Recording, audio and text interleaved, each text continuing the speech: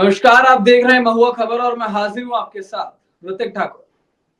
शुरुआत करेंगे अपने इस खास पेशकश की, अटेंशन प्लीज। आज हम बात करेंगे गंभीर विषय की, लेकिन सबसे पहले शुरुआत करते हैं लेबनान में जिस तरीके से हम सभी ने देखा किस तरीके से पेजर हमला हुआ है। लेबनान ने मंगलवार को हिजबुल्लाह संगठन के सदस्यों को निशाना बनाते हुए सबसे बड़ा हमला किया गया। चौंकाने वाली बात यह रही कि इस पूरे हमले में किसी बम, बारूद, गोली, बंदूक का इस्तेमाल नहीं किया गया, बल्कि इस बार निशाना बनाने के लिए और ये हमला करने के लिए पेजर का इस्तेमाल हुआ है। जी हाँ दोस्तों, इस पूरे धमाके को पेजर के जरिए किया गया। ये पेजर वही है जिसका मोबाइल के आने के बाद इस्तेमाल एक तरीके से खत्म हो चुका था। हालांकि आज भी ऐसे बहुत सारी जगह हैं जहां पर पेजर का इस्तेमाल किया जाता है और कई संगठन जो सुरक्षा के दृष्टिकोण से पेजर का इस्तेमाल करते हैं। लेकिन पेजर ब्लास्ट में हिजबुल्लाह के सदस्यों को निशाना बनाने के लिए किस तरीके से किस षड्यंत्र को रचा गया, आज हम पूरी चर्चा जो है इस पर करेंगे कि किस तरीके से ये घातक जो कदम है वो उठाया गया है। हजारों पेजर फटे हैं, इनमें हिजबुल्लाह के सैकड़ों सदस्यों के घायल होने की भी खबर सामने आई है। जख्मियों में लेबनान में ईरान के राजदूत मोजद्दा अमानी भी शामिल है। इसी पर हमारे साथ आज खास मेहमान की मौजूदगी है। सबसे पहले मैं आपका स्वागत करना चाहूंगा मोहित यादव, आप हैं cyber security expert. Thank you Hrithik. Thank you Mohit, मैं आपसे जानना चाहूंगा, आप साइबर सिक्योरिटी एक्सपर्ट हैं। जिस तरीके से लेबनान में ये पेजर के हमले हुए हैं, बताया जा रहा है हजारों पेजर फटे हैं, कई लोगों की मौत भी हुई है। सबसे पहले मैं ये जानना चाहूंगा, इसको आप किस तरीके से देखते हैं? ऋतिक, एक्चुअली में ये थ्रेट है, बहुत ही सीरियस थ्रेट है। बिकॉज आजकल मोबाइल और इलेक्ट्रॉनिक डिवाइसेस जो हैं ये एक मेजर पार्ट हो गया हमारी लाइफ का। रेगुलरली हम यूज करते हैं कॉल्स को लेकर या सोशल मीडिया, अलग अलग चीजें हम इलेक्ट्रॉनिक डिवाइसेस से करते हैं। और थ्रेट इसलिए है बिकॉज आप देख सकते हो कि कैसे साइबर सिक्योरिटी और किस तरह से ये पेजेस को ब्लास्ट किया गया। दैट मीन्स एक चलता फिरता जो एक डिवाइस, आपके इलेक्ट्रॉनिक डिवाइस आपके पास है, वो एक बम में भी कन्वर्ट किया जा सकता है। मतलब अब और फोन्स तो आजकल सबके पास है, बिकॉज कोई भी, और आजकल जितने भी हम फोन्स यूज करते हैं, अलग अलग कंपनीज के फोन है, सब बाहर की अलग अलग कंट्रीज में बनाए जाते हैं, वहां से आते हैं, उनके इक्विपमेंट्स वहां से आते हैं। सो ये एक बड़ा थ्रेट है। और कल को अगर कोई स्पेसिफिक एजेंसी या ऐसा कुछ सिचुएशन होता है तो इस तरह की चीजें और भी हो सकती हैं। सो हमको एक अलर्ट हो जाना चाहिए कि हमको कौन सी इक्विपमेंट्स, कौन सी चीजें कब कैसे यूज करनी है, किस तरह से। ज्यादातर चीजें मेक इन इंडिया होनी चाहिए। बिल्कुल मोहित, आप साइबर सिक्योरिटी के अच्छे जानकार हैं, आपको इन चीजों की ज्यादा जानकारी है। तो मैं जानना चाहूंगा और अपने दर्शकों के लिए मैं पूछना चाहूंगा आपसे, क्योंकि जिस तरीके से हमने देखा है पेजर को एक तरीके से बताया जाता है कि वो सुरक्षित इक्विपमेंट है, उसमें कोई दिक्कत नहीं होती, वो रेडियो के हिसाब से जो फ्रीक्वेंसी होती है उसको कनेक्ट करता है। लेकिन अगर हम अपनी बात करें, क्योंकि मैं रिसर्च कर रहा था, आज मैं देख रहा था इस टॉपिक को, तो उसमें मैंने जो देखा है उसमें ये है कि हमारे देश में अधिकतर, अगर हम बात करें, आधी से ज्यादा आबादी जो है वो इक्विपमेंट जो यूज करती है वो दूसरे देशों से आता है। हम सॉफ्टवेयर की बात कर ले, हम मोबाइल्स की बात कर ले, हम ब्रांड्स की बात कर ले, खासकर वो देश जो हमसे द्वेष रखते हैं।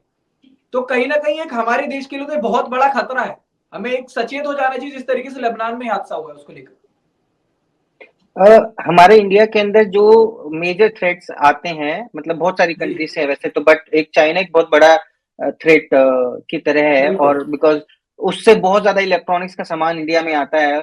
और शायद पहले भी बहुत सारी रिसर्च स्टडीज हो चुकी हैं, जब चाइना के जो बनाए हुए राउटर्स हैं या फिर जो मॉडर्न इंटरनेट हम घरों में यूज करते हैं, इनके अंदर बग्स मिले हैं, इनके अंदर एक बैकडोर मिला है जो डेटा चाइनीज सर्वर्स पर भेजते हैं। इनफैक्ट पीछे बहुत सारी एप्लीकेशन जो है इंडियन गवर्नमेंट कॉन्टिन्यूस तरीके से बंद करती आ रही हैं, ब्लॉक करती आ रही हैं, बिकॉज वो एप्लीकेशन हमारा जो डेटा था वो चाइनीज सर्वर्स पर भेजते थे, जिसकी वजह से हमारा जो नेशनल सिक्योरिटी है वो थोड़ा सा इम्पैक्ट होता है। बिकॉज अब जब हम फोन यूज करते हैं तो फोन किसी के पास भी हो सकते हैं, हमारे मेडिकल लाइन में लोग जो काम करते हैं उनके पास भी हो सकते हैं, या हमारे पास जो आर्मी वाले हो सकते हैं। जिस तरीके से हम देखते हैं मोहित जी, अगर हम बात करें, हम बड़ों की बात ना करके, मेडिकल की बात ना करके, हमारे देश में कोविड के बाद से खास तौर पर अगर आंकड़ों को देखा जाए तो एक छोटा सा जो बच्चा है उसके पास भी अपना पर्सनल फोन है आज की डेट में। तो ये बहुत बड़ा खतरा है, क्योंकि उन्हें अभी फोन चलाना वो सीख रहे हैं, उन्हें नहीं पता है क्या देखना है, क्या बटन दबाना है, क्या नोटिफिकेशन है। तो एक बहुत बड़ा खतरा मैं मानता हूँ इसे। बिल्कुल, अभी थोड़े दिन 2-3 दिन पहले की बात है, रिसेंट में न्यूज़ आया था, एक छोटे बच्चे फ़ोन यूज़ कर रहा था एंड उस फ़ोन पे उसने यूज़ करते हुए तकरीबन पेरेंट के 5 लाख रुपए स्पेंड आउट कर दिए बिकॉज़ वो उसने एप्लीकेशंस डाउनलोड की, उसने ओटीपी आए और उसको शायद नॉलेज नहीं थी, तो उसने वो ओटीपीज़ और वो एप्लीकेशंस को बिना देखे इंस्टॉलेशन कर दिया, जिसकी वजह से 5 लाख रुपए का पेरेंट का जो नुकसान हो गया बिकॉज़ जी, जो नॉलेज होती है वो साइबर सेफ्टी की जो नॉलेज होती है बिकॉज़ सब फ़ोन सबके पास आ गए हैं, इंटरनेट सबके पास आ गया है, लेकिन साइबर सेफ्टी की नॉलेज लोगों के पास नहीं है। लोगों को ये नहीं पढ़ाया गया कि कैसे एक बच्चे को फ़ोन यूज़ करना चाहिए, कैसे क्या सेफ्टी मेजर्स यूज़ करने चाहिए। आप वो फेसबुक पर ज़्यादातर बच्चे जो हैं आजकल अकाउंट्स बना लेते हैं और जी, वो गलत एज डालकर अकाउंट बनाते हैं। अगर 14 साल का बच्चा भी है या 12 साल का बच्चा भी है, वो भी एक गलत एज 18 ईयर्स का एज डालकर वो एक अकाउंट बनाता है। तो लेकिन उसके साथ दैट मीन्स जब वो अकाउंट क्रिएट होता है तो जो फेसबुक पे जो उसको फ्रेंड सजेशंस आते हैं वो भी 18 साल से अबव वाले लोगों के आते हैं। तो मतलब आप ये समझिए बिल्कुल, आपका एक 12 साल का बच्चा एक ऑनलाइन पे 25 साल के या 30 साल के पर्सन से बात कर रहा है, दोनों की मेंटल लेवल अलग-अलग है। तो यहाँ पे बहुत सारे क्राइम्स भी होते हैं और इस तरह की जो साइबर सिक्योरिटी वाला जो कॉन्सेप्ट है ना आजकल स्कूल्स में इम्प्लीमेंट करना चाहिए। अभी इम्प्लीमेंटेड नहीं है। हमारा जो एजुकेशन सिस्टम है उसमें साइबर सिक्योरिटी का तो अलग बिल्कुल से एक मोहित, चैप्टर जैसा होना कि अभी चाहिए। आपने बताया, तो साइबर सेफ्टी एक बहुत बड़ा मुद्दा है हमारे लिए, हमें इस पर खास ध्यान देना चाहिए, क्योंकि जिस तरीके से लोग फोन यूज कर रहे हैं, तो उन्हें साइबर सेफ्टी के क्या कुछ पॉइंट्स होते हैं, इन पर भी खास ध्यान देना चाहिए ना। बिल्कुल, इसको साइबर एथिक्स बोला जाता है कि जी, हम जब फ़ोन यूज़ कर रहे हैं या इंटरनेट यूज़ कर रहे हैं, तो हमें किन चीज़ों का ध्यान देना है, क्या चीज़ हमको पोस्ट करनी है सोशल मीडिया पे या फिर क्या चीज़ हमको पोस्ट नहीं करनी। बिकॉज़ एक बार जो चीज़ आपने सोशल मीडिया पे अपने फ़ोन पर आपने एक फ़ोटो कैप्चर कर ली, वो फ़ोटो बेसिकली फ़ोन पर ही नहीं, वो आपके आईक्लाउड पर चला जाता है, वो इंटरनेट पर छप जाता है। मतलब एक आपका एंट्री इंटरनेट पर चला गया, एक फ़ोटो आपका इंटरनेट पर अपलोड हो गया, उसके बाद उसको हटाना नामुमकिन है बिकॉज़ एक बार आपके हाथ से निकल चुकी है चीज़ें। सो ये बहुत कंसर्न वाली चीज़ें हैं कि साइबर सेफ्टी को हर पर्सन को एक बहुत सीरियस लेना पड़ेगा बिकॉज़ फ़ोन से ही सब कुछ चलता है, फ़ोन में ही लोगों बिल्कुल। का सब फिलहाल डेटा अगर होता है। हम बात करें, फिलहाल अभी हम हादसों की अगर बात करें, तो जैसे लेबनान में हुआ, तो सबसे पहले एक सवाल मेरा आपसे और है, लेबनान में पेजर से जो हमले हुए हैं, क्योंकि पेजर बताया जा रहा है, पेजर एक जगह से लाया गया होगा और वहां पे लगातार कई हजार जो पेजर फटे हैं, कई लोगों की मौत हुई है, तो मैं ये जानना चाह रहा हूं, क्या ऐसा संभावित है, अगर बात करें, कोई अंदेशा हो कि जो हमें पेजर मिल रहा है या जो उन्हें पेजर दिया गया है, टारगेट करके पेजर दिया है, तो उसमें पहले से कोई चिप फिट कर दी गई हो कि बाद में कोई नोटिफिकेशन आता है, बटन टैप करते हैं, उसके बाद ही हमला होता है, क्या ये मुमकिन है? देखो ऋतिक ये बिल्कुल पॉसिबल है कि देखो इसमें ज्यादातर दो थ्योरीज सामने आ रही हैं। पहला थ्योरी जो ये है कि उस पेजर के अंदर कोई ना कोई एक्सक्लूसिव जो कंटेंट था वो डाला गया था, एक चिप भी लगाया गया था जिसकी वजह से वो जब स्पेसिफिक किसी पर्सन के पास अगर एक स्पेसिफिक मैसेज पहुंचता है या स्पेसिफिक सिग्नल पहुंचता है तो वो ब्लास्ट करे। वो और दूसरी थ्योरी ये आ रही है कि कोई एक स्पेशली क्राफ्टेड मैसेज भेजा गया पेजर के ऊपर जिसने पेजर के ऊपर कुछ मिसकंफिगरेशन किया जिसकी वजह से बैटरी हीट अप हुआ या वॉटेवर सिचुएशन जी, कुछ भी हो सकता है। बिकॉज इसकी ज्यादा डिटेल में नॉलेज तभी आ पाएगी जब इन्वेस्टिगेशन होगा और इन्वेस्टिगेशन में पता चलेगा एक्चुअली में क्या हुआ है और किस तरह का कंटेंट किस तरह का एक्सप्लोसिव मटेरियल यूज किया है, क्या चिप लगाई है। बिकॉज अभी वो पेजर का जो रियल डिवाइस है वो किसी के पास भी नहीं है कि उसके अंदर क्या जी, लगा है। तो अल्टीमेटली दो ही तरीके हो सकते हैं, या तो उसके अंदर एक्सप्लोसिव लगा था, उसको रिमोटली बस एक सिग्नल भेजा गया और वो ब्लास्ट हो गया, एक मैसेज भेजा गया बस बेसिकली, और वो मैसेज जी, क्राफ्टेड मैसेज है। मतलब ज्यादातर जो पेजेस फटे हैं वो या तो मेडिकल वाले लोगों के हैं जो स्वास्थ्य सेवा के अंदर लगे हुए हैं या फिर जो उस संगठन से रिलेट करते हैं। तो जी। ज्यादातर उन्हीं लोगों के पेजेस फटे हैं, बट मेजरली अगर बात करें तो ये दो ही केसेस निकल कर आ रहे हैं जो मतलब कि मेडिकल पेजेस के। ग्राउंड की अगर हम बात करें, तो उस जगह पर ज्यादा पेजर के फटने का जो ये है सामने आया। देखिए दो दो मेजर चीजें आ रही है, एक तो जो उस बॉडी के साथ कनेक्टेड लोग हैं प्लस जी, जो मेडिकल लाइन में जो सेफ्टी प्रोवाइड करते हैं, बिकॉज जब मेडिकल लाइन होती है वो भी एक क्रिटिकल इंफ्रा माना जाता है किसी भी देश के लिए। सो क्रिटिकल इंफ्रा मतलब मेडिकल हो गया, आपका एयरलाइंस हो गए, आपके जी इलेक्ट्रिसिटी ग्रिड्स हो गए, ये सब कुछ क्रिटिकल में आता है। तो ये एक तरह से आप ये समझ लीजिए कि वहां पर भी रिमोटली किया गया। इससे कोई भी पहली चीज, जैसे ही पेजर फटा तो उसने जो एविडेंस था उसको भी खत्म कर दिया कि जो पेजर के अंदर हो सकता था, क्योंकि कहीं किसने किया, क्या सिग्नल आया, ये किसी को नहीं पता। बिल्कुल। तो जिस तरीके से मोहित अभी आप बता रहे थे कि चाइना का भी बहुत बड़ा अहम रोल है इसमें, जैसे कि अभी हम बात कर रहे थे कि फोनों को लेकर हम बात करें, ब्रांड को लेकर बात करें, आपने बताया कि चाइना का बहुत बड़ा रोल है। तो कहीं ना कहीं हम देखें चाइना पे पहले भी कई बार लग चुके हैं जासूसी करने के आरोप। तो इन सभी चीजों को लेकर क्या आप जो तमाम सरकारें हैं, मैं सिर्फ अपने ही देश की बात नहीं करता हूं, अगर हम बात करें तमाम लोगों के, तमाम देश ऐसे हैं, वो लोग अब चाइना को लेकर के कहीं ना कहीं सचेत हो जाएंगे अब? क्या कहना है इस पर आपका? देखो, चाइना बहुत बड़ी मार्केट है इलेक्ट्रॉनिक्स की, जी और पहले भी चाइना के ऊपर बहुत सारे ऐसे एलिगेशंस आ चुके हैं जहां पे चाइना के लोगों ने, जो कंपनीज हैं वो स्पाई करती हैं। इनफैक्ट जो चाइना की जो साइबर एजेंसीज हैं, उन्होंने जी ऐसे सॉफ्टवेयर्स बनाए हैं या ऐसे हार्डवेयर बनाकर बेसिकली अलग अलग जगह पे सप्लाई किए जिनमें कि ट्रांसमिटिंग डिवाइसेस थे।